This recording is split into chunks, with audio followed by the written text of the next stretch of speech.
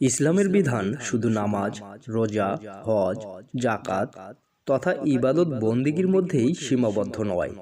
এছাড়াও দুনিয়ার প্রতিটি কাজের সঙ্গে জড়িত রয়েছে ইবাদত বন্দেগী ও ইসলামের রীতিনীতি। ইসলামী পদ্ধতিতে যে কাজ করা হবে তার সবই ইবাদত। আমরা বেঁচে থাকার জন্য খাবার ও পানীয় গ্রহণ করি, আবার জীবন ধারণের জন্য পানি পান করাও আবশ্যক। জীবন বাঁচাতে পানি পানের বিকল্প নেই। এই পানি পানে রয়েছে কিছু ইসলামিক নিয়ম ও পদ্ধতি। পানি পানের সময় স্বয়ং বিশ্বনবী সাল্লাল্লাহু আলাইহি ওয়াসাল্লাম সুনির্দিষ্ট কিছু আমল করতেন। আজকের ভিডিওটিতে এই বিষয়ে সংক্ষেপে আলোচনা করব ইনশাআল্লাহ। আশা করি না টেনে পুরো ভিডিওটি দেখবেন। তাহলে চলুন শুরু করি। আমলগুলো হলো: 1. বিসমিল্লাহ বলে পানি পান করা। রাসূলুল্লাহ সাল্লাল্লাহু আলাইহি ওয়াসাল্লাম বলেন, যখন তোমরা পান করো তখন শুরুতে বিসমিল্লাহ এবং শেষে আলহামদুলিল্লাহ পাঠ করবে। 2.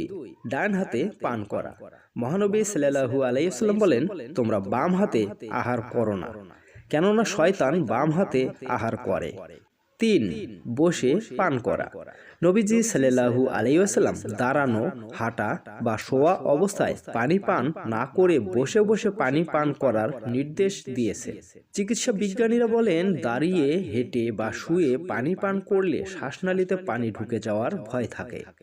আনাস রাদিয়াল্লাহু তাআলা আনহু থেকে বর্ণিত, রাসূলুল্লাহ সাল্লাল্লাহু আলাইহি ওয়াসাল্লাম দাঁড়িয়ে পানি পান করতে কঠোরভাবে নিষেধ করেছেন। 4. 3 শ্বাসে পান করা। রাসূলুল্লাহ সাল্লাল্লাহু আলাইহি ওয়াসাল্লাম বলেছেন, তোমরা এক চুমুকে উটের মতো পানি পান করো না, বরং 2-3 বার শ্বাস নিয়ে পান করো। 5. গ্লাসে নিঃশ্বাস না ফেলা। নবীজি সাল্লাল্লাহু আলাইহি ওয়াসাল্লাম বলেন, তোমরা পান করার সময় পাত্রে নিঃশ্বাস ফেলো না। 6. পান শেষে আলহামদুলিল্লাহ বলা। রাসূলুল্লাহ সাল্লাল্লাহু আলাইহি ওয়াসাল্লাম বলেন, যখন তোমরা পান করো তখন শুরুতে বিসমিল্লাহ এবং শেষে আলহামদুলিল্লাহ পাঠ করবে। আল্লাহ তাআলা আমাদের সুন্নতের অনুসরণ ও অনুকরণে দুনিয়া ও পরকালের কল্যাণ লাভ করার তৌফিক দান করুন। আমিন।